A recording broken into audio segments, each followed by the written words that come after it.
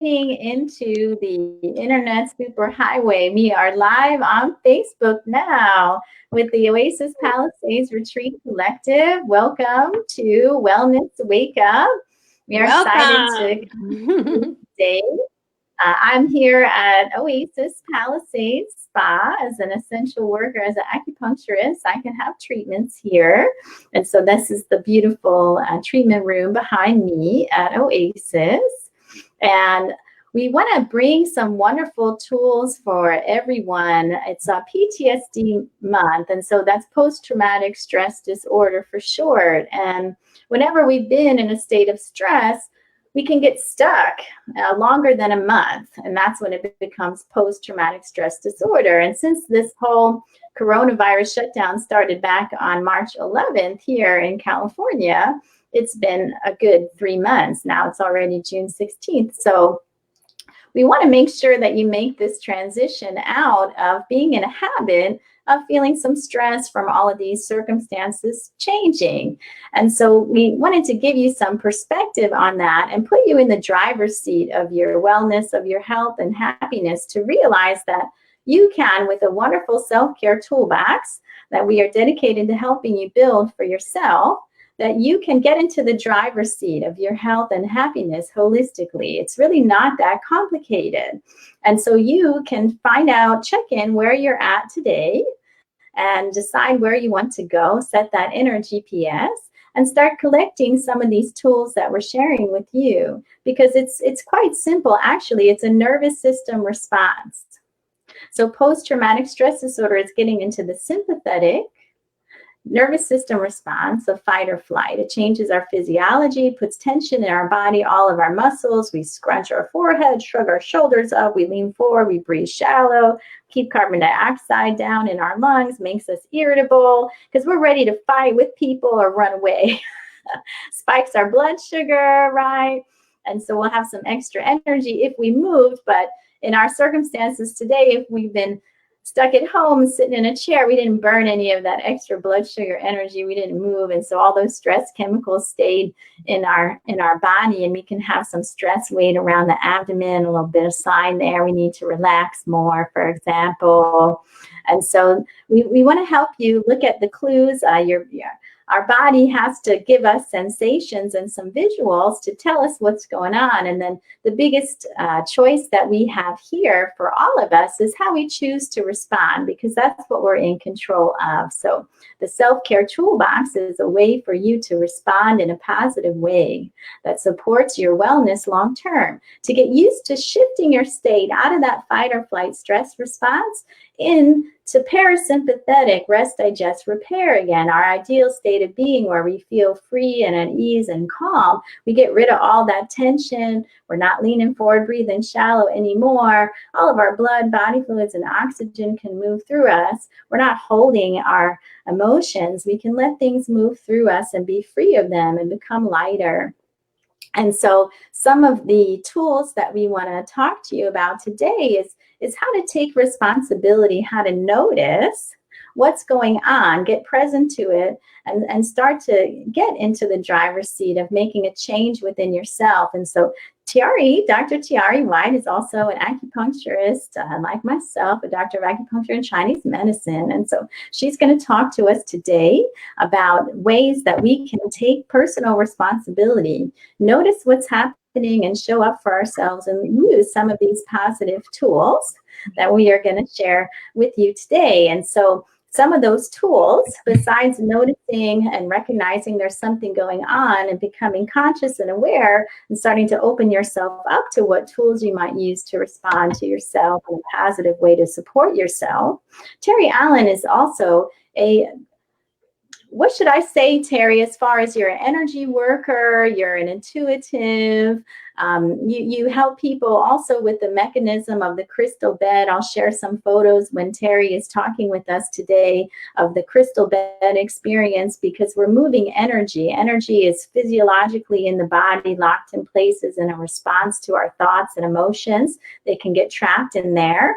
And so one of the things Terry is so great at is helping us identify what are those thoughts and experiences in our lives that created this energy to be blocked locked in our body and create some of these habits that we have. Because the biggest challenge that both Dr. Tiari and Terry can help us identify today is we have some habits that are hard to change, and they usually came from our childhood.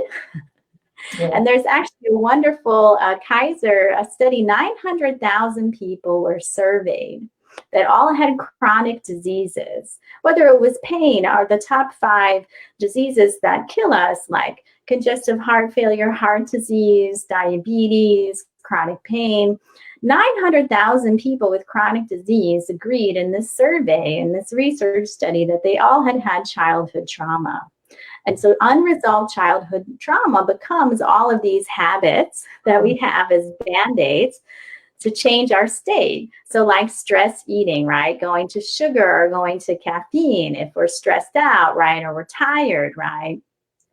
We can choose other things besides food to massage our emotions and change our state. And so that's some of the tools that we share with you in all of our wellness wake-ups and our wellness events. We can help you change your state in other positive ways and clear some of this childhood trauma, which is what Terry's going to talk about too. And then when we look at tools, I love, there's so many great simple tools. So I have a aromatherapy diffuser behind me I use here at Oasis in the treatment rooms for patients. Stephanie, today she's going to talk about wonderful aromatherapy, because again, our 5 senses are so powerful as a way that we can change our state. So we can program ourselves. Our body is like a great pet. It just needs to be trained, and then it will respond. And so we can use specific scents, which has a whole collection of scents, because the scent connects to certain emotions and affects our nervous system's behavior. So certain scents will relax us, help our nervous system relax, get out of fight or flight, go into rest, digest, repair. Some scents will invigorate us, help us with energy and fatigue.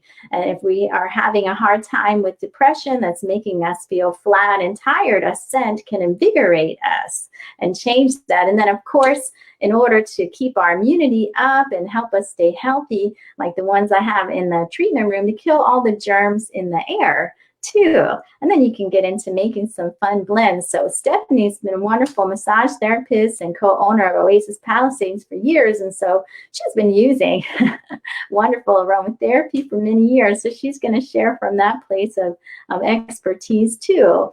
And then I'll come back at the end myself, and I'll share some really nice, simple state change tools from yoga, from breathing techniques, again, are a wonderful way to either bring ourselves up, invigorate us, lift our energy, and create better mental focus when we feel off, and also to relax us. It's just about changing your breath at any moment. And what I love about the breathing techniques is that when you change the way you're breathing, you can do that anywhere you are at any given time. So if you notice you're having an experience of stress anywhere in the world, you can change the way you're breathing, even when you're with other people. It doesn't matter. Nobody's like evaluating the way that you breathe, but it can change you. So we'll bring this all around from all of us. And then now I want to pass the torch of wellness wake-up self-care tools to Dr. Tiari White, Doctor of Acupuncture and Chinese Medicine here, to talk to us about this idea of taking responsibility for our wellness, of taking on new habits so that we're actually growing our wellness rather than our own problems that bring us down. So here we go. So please take it away, Tiari, and I will mute myself. Thank you so much, Renee. That is a huge amount of amazing stuff that we're going to be covering in the next 40 minutes or so. And I just want to, leaping off of what you were talking about with the adverse childhood event studies. These are some amazing studies. If you Google ACE, or Adverse Childhood Event Studies, you can take a look at some of those studies, and it is truly remarkable. It's one of the elephants in the room in healthcare, because the statistics for, what the level of impact is for an adverse childhood event. We're just talking about one event. Most people have layers and years of various events, some of which are events that are not even accessible to you on a conscious level, right? Bruce Lipton, in his work, if you're not familiar with him, Lipton like Lipton tea, go ahead and take a look at his work. Renee's a big fan. He talks about how, in the first 7 years of your life, almost everything that you're experiencing, and Terry, I know you're deeply familiar with this, and Stephanie, working from a somatic standpoint, body-based therapies, is familiar as well, that so many of things are going into your subconscious, okay? They're programming things that at a later point in our lives, we just think, oh, this is who I am. This is the kind of person I am. And a lot of those ways that we cope and deal with stuff in the world are adaptations that we created, that we learned through tons of early events that happened possibly before we were even verbal, possibly when our bodies were putting themselves together in the womb, right? Where everything about ourselves is highly influenced by our environment. Yeah.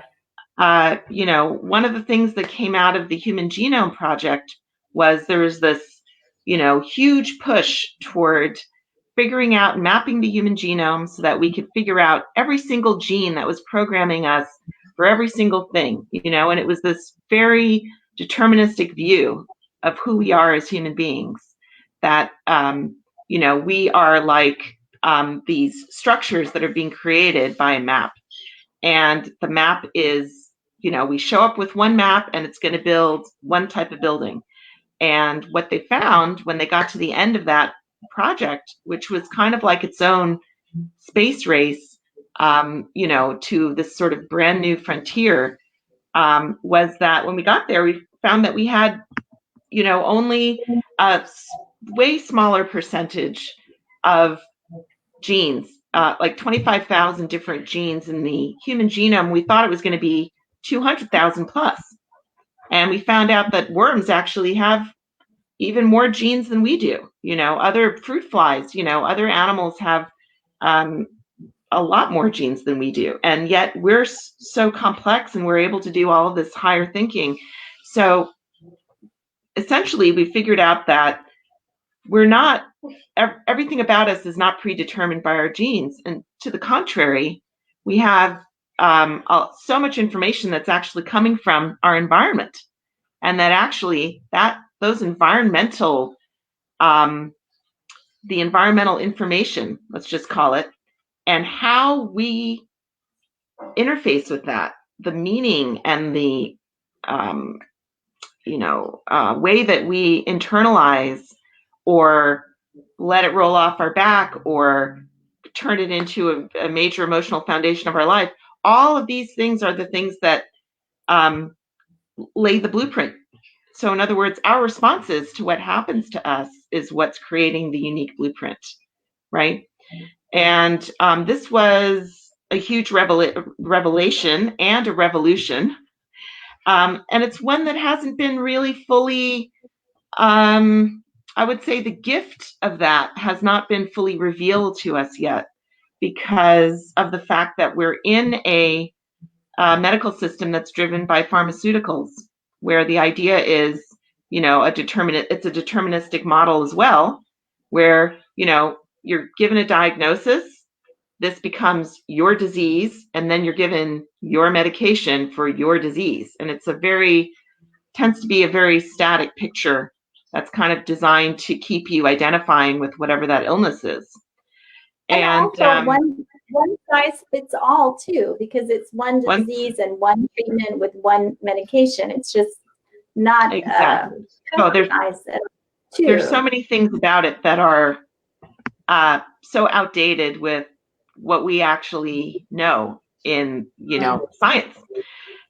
And epigenetics is the field, the epigenetics. People can Google that to learn more. I don't think you said epigenetics. That's the field Dr. Bruce Lipton started in his research in biology with cells back in the 80s. And that's how he became an expert with best-selling books. It's epigenetics since the 1980s. It's still fully not utilized within our healthcare system. But you That's right. out there can start now.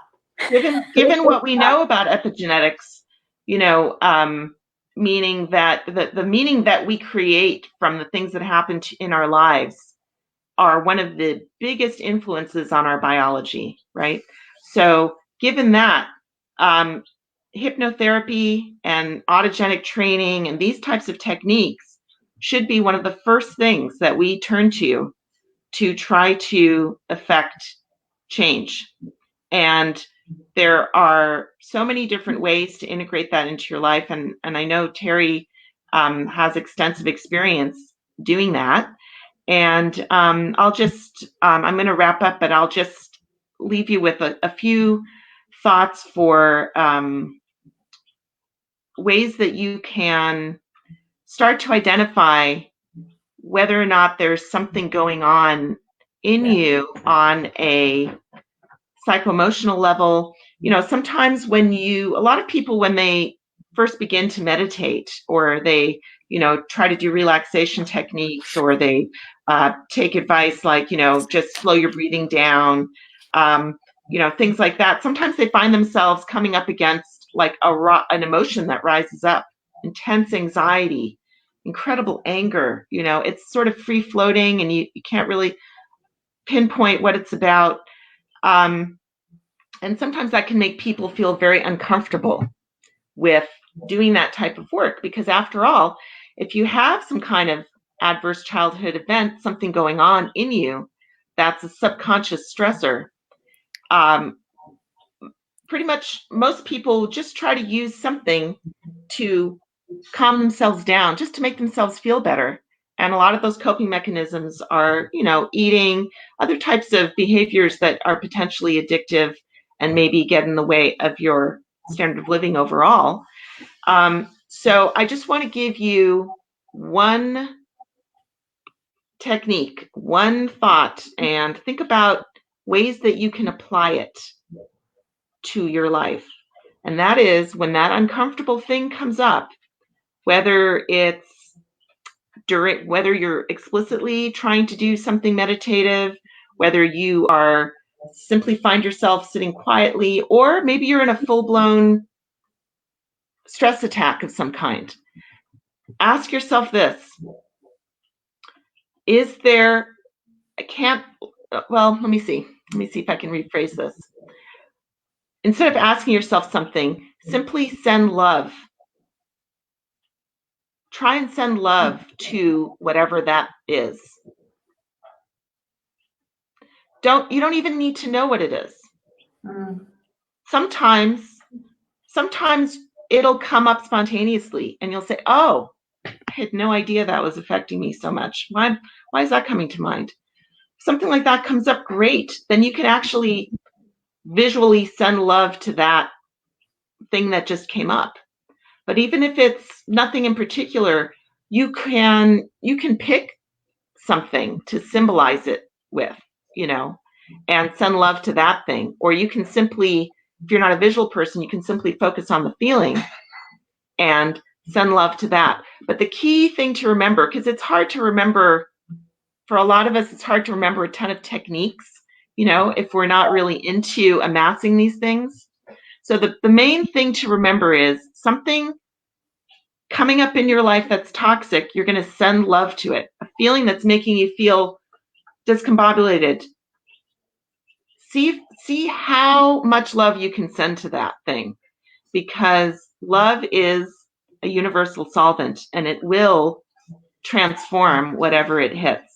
And my second thought around that is also, don't beat up on yourself if you're not able to do that right away, because that is essentially one of the great master skills. This is something that is one of the highest master skills in spiritual, training, is to be able to send love to the thing that is difficult for you. And the reason for that is because so many times we take whatever that thing is, we take it personally. And really what we're sending love to is we're sending love to our relationship with whatever that thing is. One of my— Can I ask a question? Of course, Stephanie. Okay, so one of the things I was not sure what I was going to talk about when I decided today I was going to talk about the oils. I just wanted to do a little bit of backup research as far as studies and stuff that so that we can share our tools that we use. And one of the things I found out today, and I don't want to spend too much time, but I am curious about how the emotional stuff and where it goes in the body. But one thing I found out today, something new, is, and you guys probably already know this, is our integumentary system is our hair, skin, nails, and exocrine glands. But we're made up of these systems, which you guys already know as practitioners, but we've got our integumentary system, we got our circulatory system, we got our endocrine system, our immune system, digestive system, musculoskeletal system, our nervous system, our reproductive system, and our respiratory system. So in knowing and being aware and listening to our bodies, we should also be aware of all these systems that we got going on, because it's a lot of stuff to have to be managing with our toolbox, right? So this emotional stuff that you're talking about, where in our bodies is that stuff affect all of these systems? Or I liked what you said, psycho-emotional. Yes. I wrote that down. I almost thought that should be a system too. It is. In fact, if we look at the science of epigenetics, it is the master system.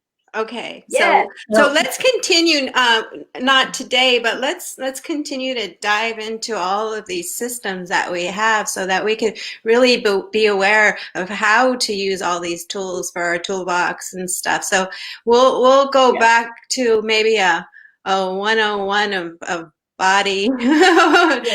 And I'm going to close. That's the mind-body connection. That's how it works. Mind is what we're thinking, but also our emotions and our spiritual life, and then our physical body with all of those systems. Yeah, a wave happens of reaction, of response through all of those systems simultaneously. But I am a huge. I mean, what Terry's going to talk about after the bed about the connection of trauma in our childhood, and then how it affects our body. Holy cow, that is so huge, because we got to be clearing that out as a part of our daily, right?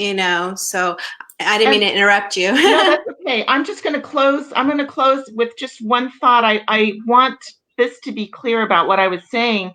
I'm not saying that when you're using this technique of sending love to that thing, it's not that you necessarily love that thing. If you say somebody did something to you that was really crossing a boundary and was not okay, I'm not saying that you should say you love that that's what happened in your life. But what I am saying is that you are sending love to yourself, right? To the part of yourself that is interfacing with that experience. Okay. So when that thing comes up, it's really your experience with that thing that is what's coming up for you. What you made, not the thing itself. So it's not an act of condoning. It's not about condoning or loving the trauma. It's about loving yourself and what is in your what is your experience of that situation, okay? Sending love to that. And that's a kind of a subtle distinction, which many people in the classic psychotherapeutic model have a hard time with some of these practices, because they'll say, well, I was a victim of X, Y, or Z. So that pain is my badge of courage. You know, I'm not going to give that up and feel better. So I just want to say it's a huge thing, but in a Zen sort of way, if you can just cut through to this idea that whatever it is that happened to you, it is not your destiny to hold on to the pain of that. Okay? So however it is, you can over time develop a relationship with an internal mechanism where you are sending love to the part of you that's hurting. Okay? And however that pain shows up in moments where sometimes you're at rest, this is one of the ways that we continually bring down the post-traumatic stress response to these events. So I'm offering you the hope that you can use that tool as a self-development entirely on your own. You can do this without any cost to you whatsoever. And that's all I have to share. So I'll take it over to Terry because she has Let me just say one real quick. What you were saying made me think of about the sending love, and when it comes to whatever comes up with your body, but also whatever comes up externally, like if you have to make that phone call, or if you're getting a call from that somebody that you really don't want to talk to, but you got to talk to. So being able to do that in the midst of that as well. And remember, what you're doing is actually you're sending love to yourself for your own, the emotions that are coming up for you. It's not necessarily about literally giving love to that other person. It's about you giving love to the part of you that is having the stress for what it is that you're doing, right? Because all of this is about our perception, okay? It's about how we are perceiving this other thing. So that's where the love is going. Yes, we can show up and we can face our fear and our uncomfortable emotions with this self-support. We can show up for ourselves to be able to walk through that discomfort easier and easier each time that we choose to show up for ourselves and give ourselves the love, the gasoline in our spirit tank to walk through that difficult situation. And that's a wonderful segue into the wonderful work that Terry Allen does. It's helping people face those moments, confront those things to release them.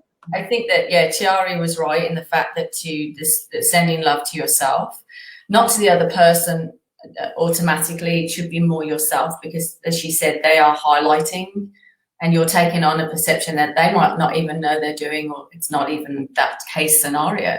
So for us to, and I think when we send love to ourselves, we're all connected anyway.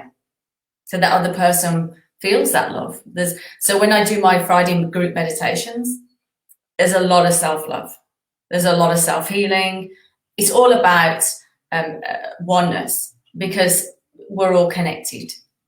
And so it's very important to, once we find that love within ourselves, and as you said, Tiari, not to bash yourself, not to always putting yourself down, and notice when they're coming up, yes. And you can think about that, or even jot them down sometimes to know, okay, I need to shift my mindset off that. Why am I keep doing that? So at least you're knowing it's there to then choose another, the opposite, which would be to love, to care, to nurture, to grow, a more positive side. And we all have that conflicting mind and heart thing going on. So I think it is a very easy to self-nurture, really. So basically, when I'm working, I combine, it's very hard to really say exactly when people say what I'm doing, because I bring in so many different types of healing modalities that are intuitive. And so whatever goes on and what happens to that person, I sometimes don't know what's happened in the transition. It's an energy that comes in, and we're going to discuss a part of the crystal, the chromotherapy crystal bed therapy that I do take to Oasis Palisades, and that's how I met Stephanie when she was using the crystal bed. And people say it's not just a chromotherapy crystal bed. Basically, the energy that lies around the chromotherapy crystal bed, it acts as a portal light of energy. So another dimension opens up. So a lot of people might think, oh yeah, right, it does.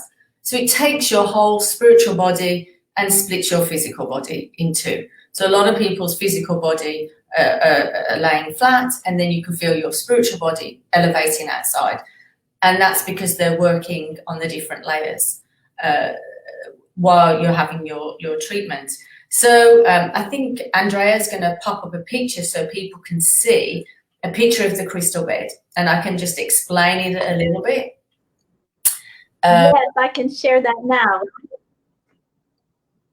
I'm sharing it now.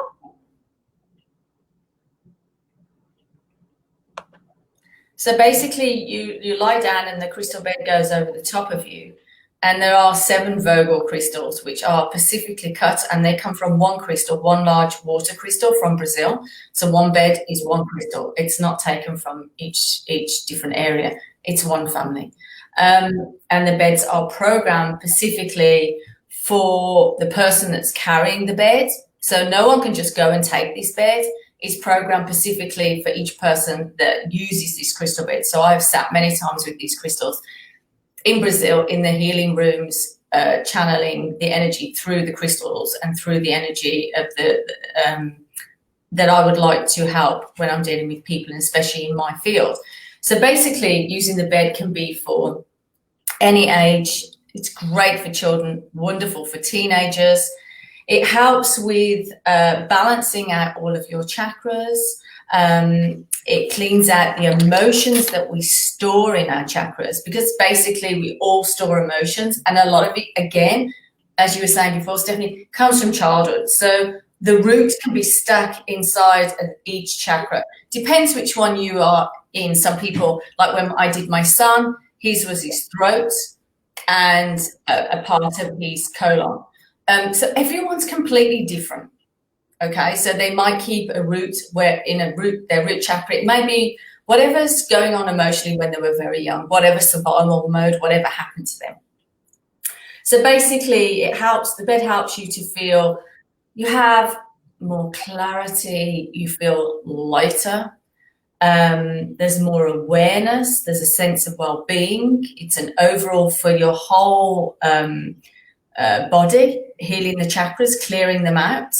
And also it's for deep relaxation and a deep connection to Mother Earth. It really gets you back and connected. So people find they have a completely big shift or a big awakening after they've had an energy session. So basically I combine people can either use the crystal bed on their own with a meditation, or I combine different intuitive healing modalities depending on what that person needs. So if they want that deep inner child healing, which is going to the root cause of an emotion or a blockage that one knows that's there, or there may be many different healing modalities that can be incorporated in with the crystal bed. But it just acts as a catalyst into you transforming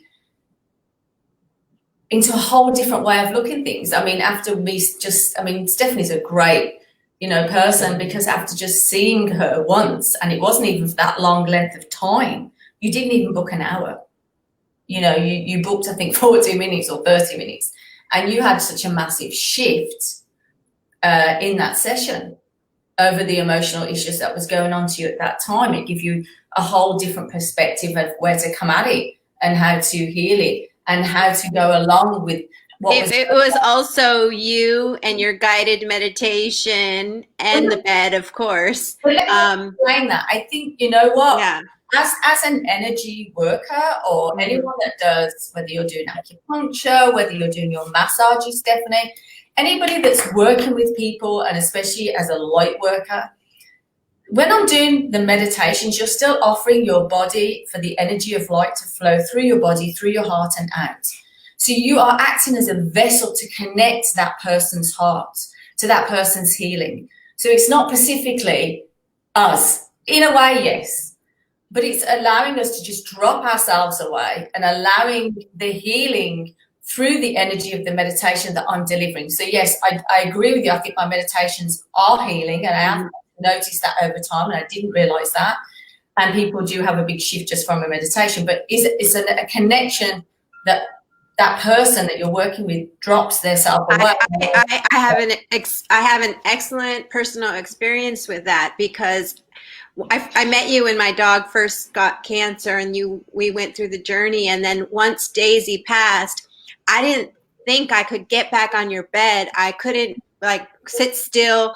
I was not calm. My mind was not ready to just lay there. And I was like, oh, I don't think I could do this. And the second I went on the bed, I just went sunk into the bed and just relaxed. Like I really thought I was going to have a panic attack or claustrophobic, or I was not going to be able to lay there. And it was opposite complete of what I thought. It does. It opens up into completely different portal dimension. And if you look them up and you look at the Pacific crystal beds, so they come from Brazil. They come from the Casa of Dominacio in Brazil. They're specifically from there. There's many other beds, like you said the other day. They don't work the same. So basically these beds they open up as a slight portal. That's why you got instantly knocked out. So the energy that's coming in the room, that's coming through that, allows the beings of light to come through and work on you. I see light beings working on you as I'm sitting back. They're just advising me what to do. They're just telling me what you need. They'll tell me where the root cause is.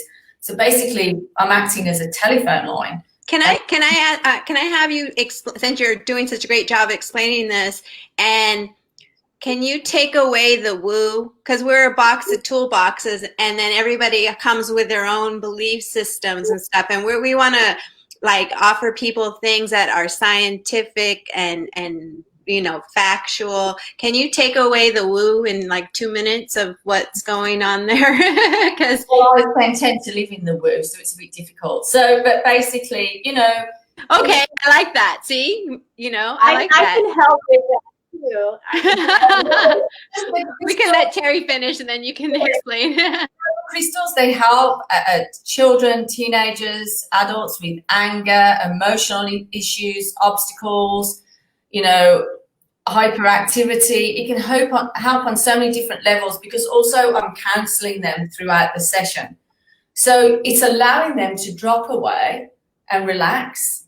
And you're working with their subconscious, because the bed's taken them into such a relaxed state that they can unlock the emotions, what's got stuck into the subconscious and what's got stuck in the chakras, and connect and release it much quicker. That's why you felt the shift and the release. What was that word you said about the something's being cut, the cords being cut? I don't know what that means, but I remember you saying those words. When we have a connection to someone, like with your pet Daisy, Daisy chose to be with you, your pets choose to be with you, your family chooses to be with you on this earth plane. So reference to Daisy, when Daisy came on the crystal bed, okay, she asked me, I never told you this, she asked me, can you please cut the cord between me and Stephanie? I need to pass over, because we hold them here. We hold them because, we don't want them to go when they're not going. And then when I cleared her, and she asked me, but she said, I will always be here, but I can't be stuck here like this. And when we did that, she then not long passed after that. And I knew she was going to, but I didn't pass that on, because that's your journey between you and her. So it's just, there's an energy to all of us. Like, we're all talking now, all four of us, we're all energetically connected by a cord of energy, wherever you're talking, whoever you're connected to. And there's always a reason why you come into somebody's life and at that time. And so sometimes you need to clear that energy cord. You need to clear that energy of emotion for you to move on, and for other people to move on. It's not a negative. It's just frees you up to really understand where you're at and what your life purpose is and why you're here, and not really what everybody has placed on you from a young child. Let's take it back to what Tiari was her main focus today, and cutting the cords of the childhood traumas and the things. It's kind of the same thing in a way. That book that I'm reading, It's Not Your Money, we go through a whole meditation where you cut cords, so it's not an uncommon thing.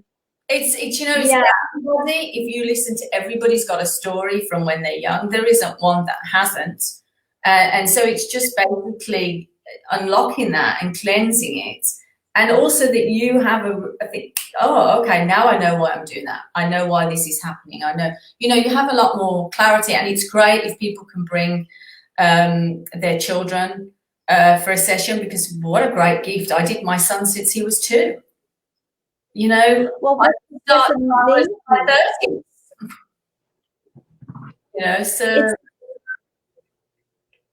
It's so amazing too, because it's so great to come in with someone younger, because we can, again, it's a maladaptation. So we start to grow our own habitual patterns that don't serve us when we're so young. And I want to offer this because, as far as to put a scientific and also psychological point of view to this experience, so you could say woo or spirituality is one type of language that's been around for thousands of years, explaining these experiences in a certain paradigm, in a certain way, with a certain perspective, with certain language. So now we've graduated into this modern world of Western science, and that becomes the common ground language. And so within psychology alone, the unconditional love that you were getting from your dog was available while the dog was healthy to be alive in your life. But there's other areas of your life you could look towards for that unconditional love that you were getting from your dog. So part of breaking the cord is breaking this responsibility and attachment that we can put on pets, on people in our lives, where we're demanding from them what we want most is unconditional love, which, as Tiari explained, we can actually choose to give that to ourselves and not be solely focused and dependent on other people and our pets to get that from them. And that's part of what that letting go mechanism is, cutting that cord, so to speak. And as far as I think you're right, and I think it's also, that self-love is so empowering, because we, bring from a young age, you can be taught to look at others to give you that reassurance, or you're on a survival mode, or you're repeating to be someone else's mother at a young age, depends how you've been brought up. But I've been studying A Course in Miracles lately, and it was brought to my attention that if you look at another person, you think they need love, then you're looking at them as broken. That was so powerful. When you look at somebody and you think, oh, poor them, or you're looking at them as broken, you shouldn't do that. Yeah, people can deserve and they can be given love regardless of whether they need it or not, right? We can choose to be loved for everyone. We're all light bodies, but when you show and beam your light and show your love for yourself and your lights, then the others awaken and they see it. It's just that they forgot because of whatever's been placed on them from such a young age, depending on what I love that. I love that. I love that. I love that. If you come from a pure heart filled with love and you just want the best for everybody in the world and you just add a smile, same thing. It just goes showing it's to that. Exactly the same, and not conditionally. So you don't just give the love to somebody that no matter what they need it, because that's training people to look broken and like they need love is the only way to get love, and that creates all kinds of, again, maladaptive patterns that don't serve us in behavior. Oh, so I have to be messy, I have to look broken, I have to look needy in order to receive love, is a subconscious program we'll start running on that we're taught as children by the examples of the people in our lives showing us that's the only way we get love. So it all ties together, because again, the childhood trauma, when we have an event where we were totally unsafe, which is a traumatic event, is when we feel our life is threatened, and not just a physical threat, but an emotional threat to the love we need, accessing the love and the support and the protection that we need. And so if that's taken from us and we've had that trauma experience of, oh no, then we can become empathic, more intuitive and hypersensitive to how other people are feeling. So we can intuitively know if they're in a good mood or a bad mood in order to protect ourselves and defend ourselves. And that's the wonderful science that the Heart Math Institute is such a wonderful resource, because the magnetic field around our heart is 60 times greater than the one around our brain. So our mind is a mixture of our sensual experience of what's going on energetically right? People's moods and emotions, it's palpable in the room. I'm sure all of you have had the experience where someone in a room made you feel that you loved that they were there and they uplifted you, or someone came into a room that made you feel afraid, right? And they're 100 feet away. It doesn't matter how close they are. You think of someone and they call you because we're all connected, like Terry said. And so there is a science to that. This energy is literally electricity. If we study electricity and engineering, how electricity moves, we're all antennas and we're electrical factories. And so we are affected by people's electrical frequency energy flow. In scientific terms, we can understand what that is now, too, how this electricity reacts to other forces and frequencies change. Just as when we connect barefoot in the earth with earthing, that changes our whole electrical frequency of our body. When we think of gratitude, when we think of love, when we send love, it changes our whole entire frequency of resonance of energy. Literally, these things are measurable with instruments that we have today. And so these energy fields are real. They can be measured by science. And there's tools like at the Heart Math Institute of, again, what to do when we experience the wave. Maybe we don't like how this memory makes us feel or this person. How can we respond to it? Which is the whole wonderful treatment process that Terry leads clients through, is a positive way, right? To respond to that and process it and let that whole flow of energy and experience pass through you and not get stuck at a certain frequency, trapping that energy. Again, it's measurable, the tension in our body. Things can't move and that energy builds up. It's like a big smoldering fire that can't get out. And so now if we want to go to Stephanie, does that feel okay, Terry? Do you feel good? A great way with aromatherapy to change that whole entire frequency, mind, body, spirit.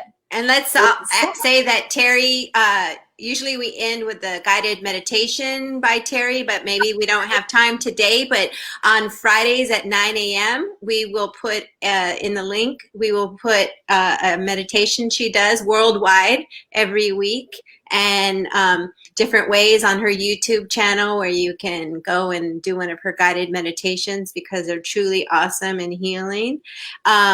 So I'm so excited. Andrea is in our treatment room at one of our treatment rooms at Oasis Palisades, and I see behind her is the diffuser that we all use while we're in there. When I'm seeing clients, I always diffuse lemongrass.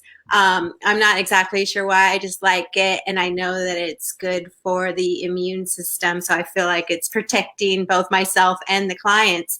But aromatherapy goes back to ancient times, of way back when, got biblical time, before biblical, and I guess we're always biblical time, but way back when, thousands and thousands of years ago, way back when, I don't even know what year, there was some crazy plague going on, and there were these people who, I don't know how they knew, but they knew that if they wore masks with certain essential oils, that they would be less likely to, they were called grave robbers. They would put on these masks with aromatherapy, and they would go and still the graves, and they were less likely to get the plague themselves. So there's several companies that have that formula, and they go by different names. But what's in that formula, I won't call out any particular aromatherapy companies, but what's in that formula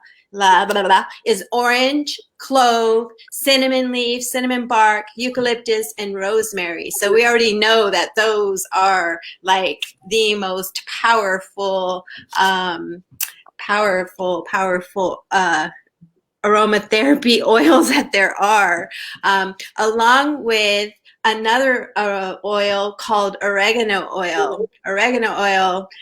First, I want to go into, and I don't have all of this written down, and it just came to me, but each different aromatherapy oil works on different things, and you guys can help me out, because I just went off memory for this. There's viral, fungal, and bacterial. I'm not sure if there's another. But those are the types of microorganisms. Yeah. yeah. Yeah. So I know that the oregano oil is one of the oils that works on all of them. I mean, oregano oil is horrible. The smell is so It's very strong. intense. It is so intense. My family cringes anytime I bring out the oils. I drink every day lemon oil in my water. So, and I will be on a call. I'll be on, I'm sorry, what, honey? Whose brand is that you've got there? Well, I use On Guard.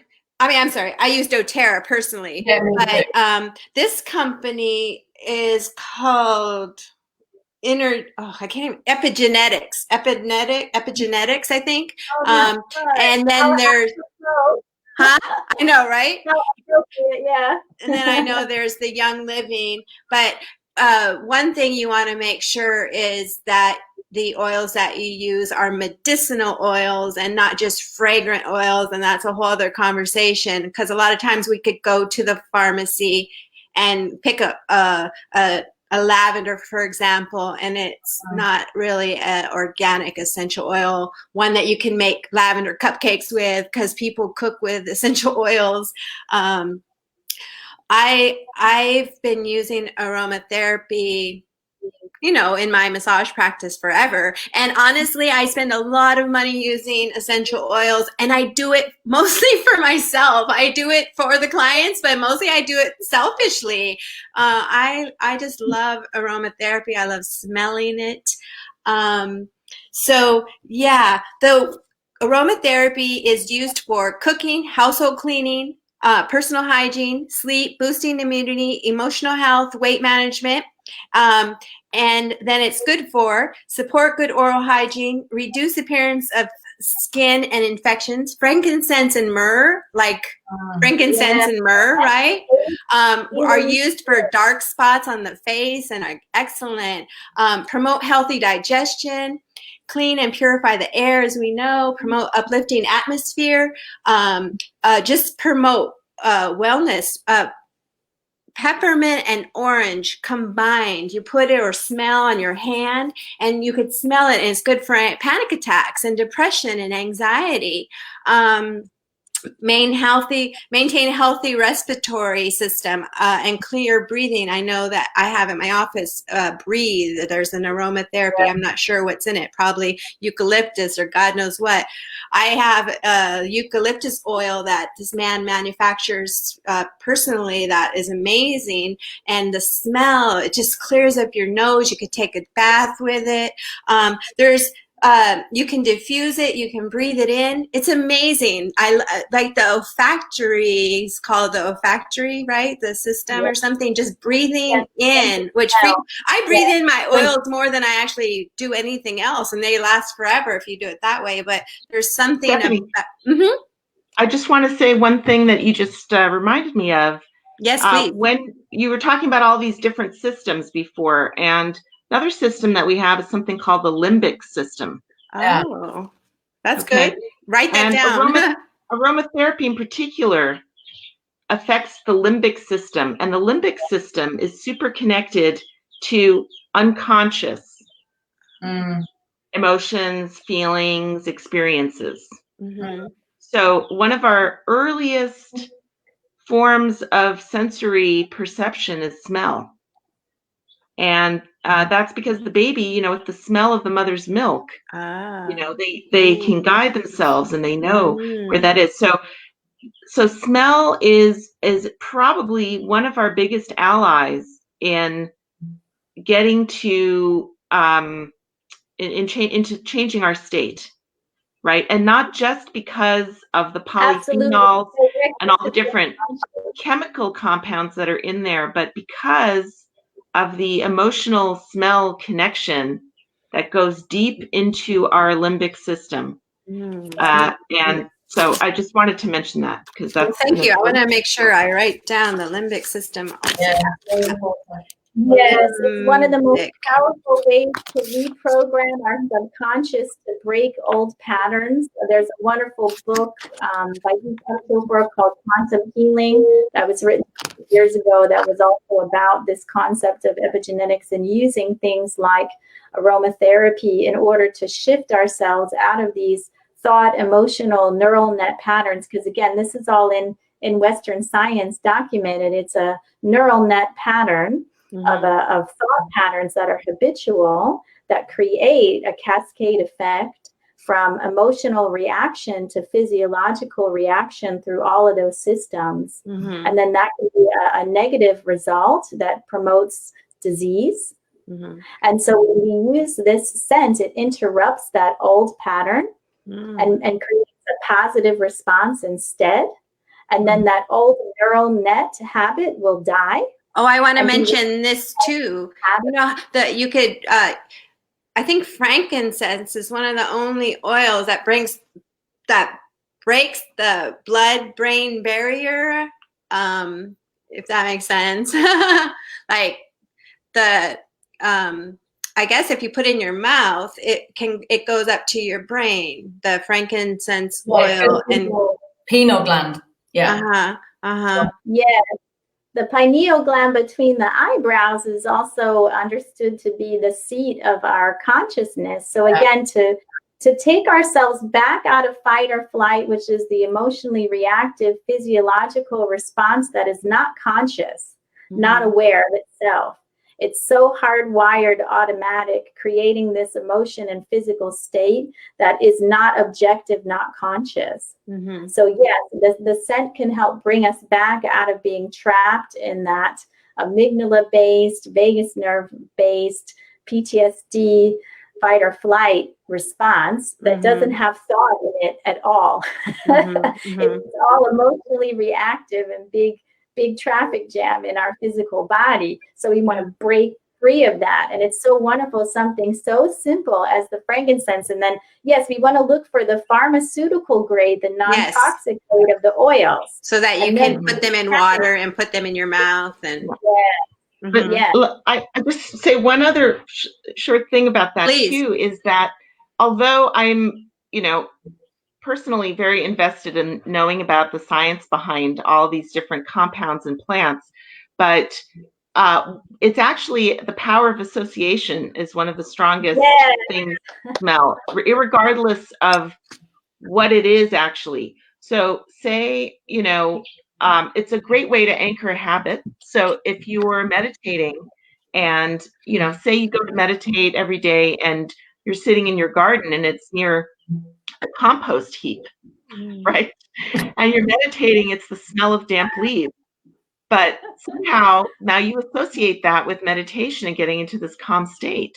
So that's something that now anytime you walk over near that compost pile, you may find yourself suddenly feeling super relaxed. It's because the association, again, it going deep into your subconscious. But by the same token, you could say, I'm going to have this $50 super fractionated exotic oil that has everything going for it, right? And then, it may give you just as good an effect as the compost pile does, because it's actually the association with the smell. Training the association too, like that pet idea, you're training yourself. Whenever I smell the compost heap or the awesome frankincense, either way, it only changes. The compost heap is awesome now too, because you associate it with calm. You've trained yourself to respond positively with calm when you smell it. That's what's really great, is that we get to choose, right?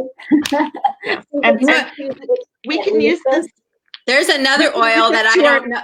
There's another oil that I really don't know a lot about, Palo Santo oil, but I know when Daisy was sick, I privately diffused with her Palo Santo oil and frankincense oil up in a room outside, because the smell, my husband didn't physically agree. So let's just give everybody a warning to take a little sample test of the smells before they start diffusing them, because everybody's reacts different. Like for my husband, had the complete opposite effect of inhaling aromatherapy. He, and some people, are sensitive to smells. So we also have to be aware. So that's, one of our massage therapists was saying she prefers spray because it's less invasive than a diffuser if somebody's, coming into a room and they've got some allergies. So, just got to be careful and some people can have allergies to the specific oil. Like some patients have been specifically allergic to lavender, which is a master scent for relaxation, relaxing the nervous system and calm. So yes, always to ask the patient to test the oil first. Yes. And anyone in your house right before you spread it all over the place. And actually, we should probably end because of timing for you. Yeah. But I've been to several massages at different retreat centers where they customize the aromatherapy massage just for you. Like you smell. Yeah. So.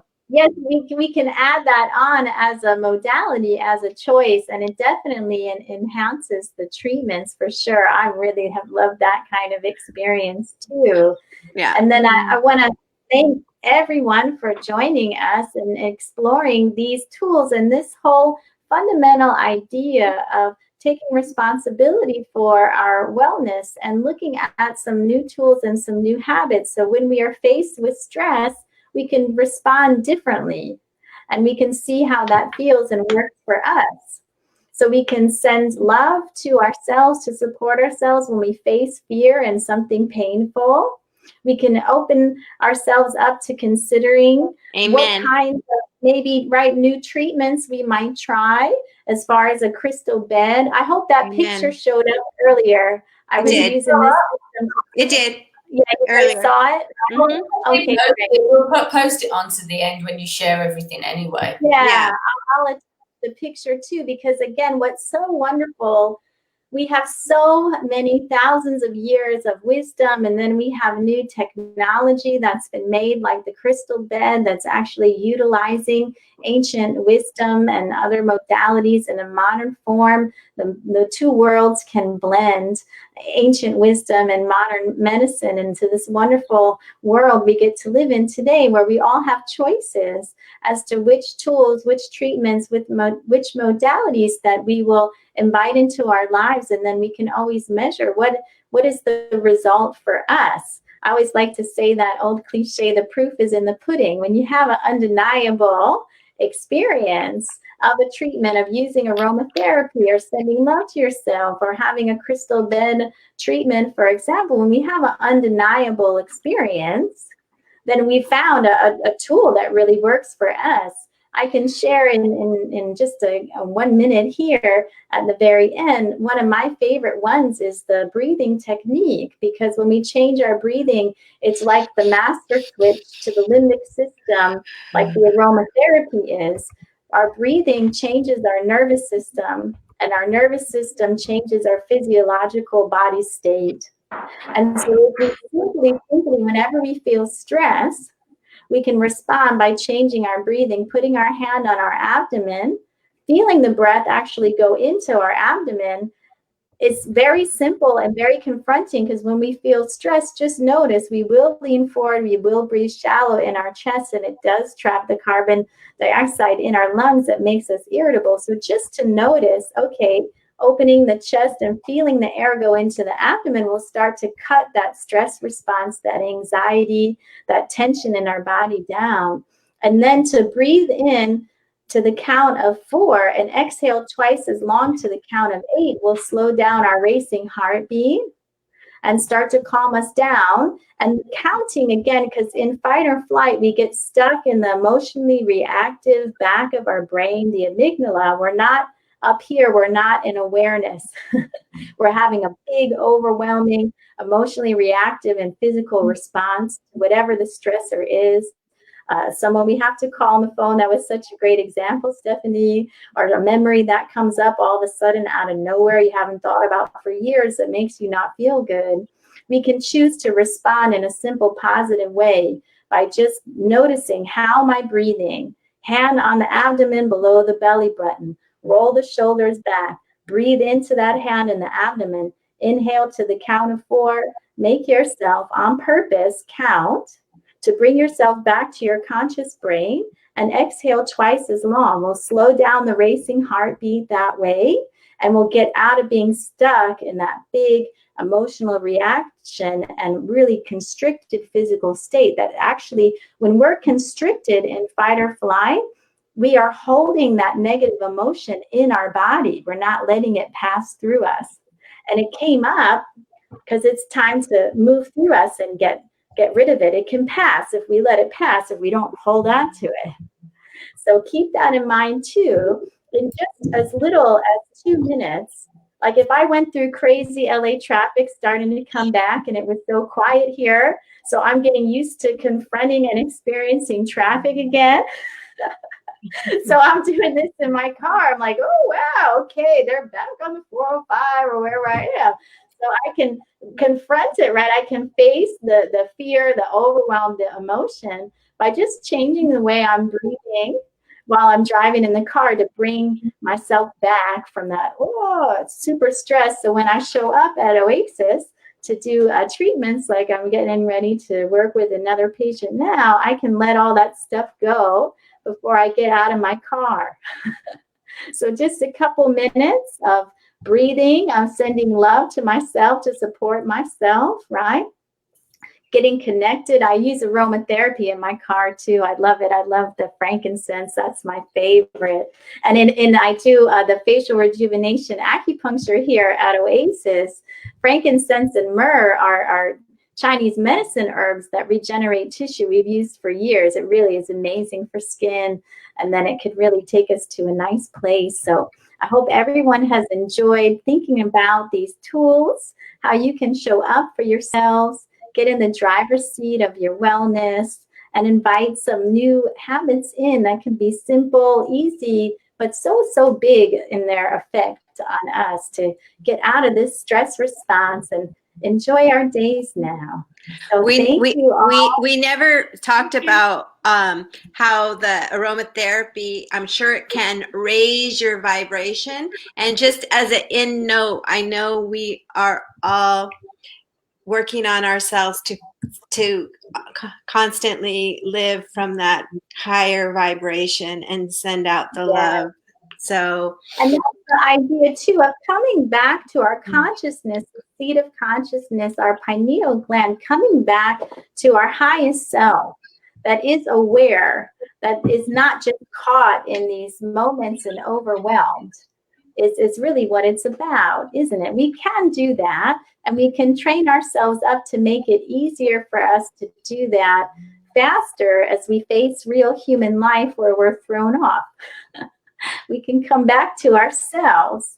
I love you, ladies, and I look forward to seeing you all soon in person. I love you all. I love you. Bye. Peace out. Peace out. Peace out. Take care. Bye. Thank you. Thank you.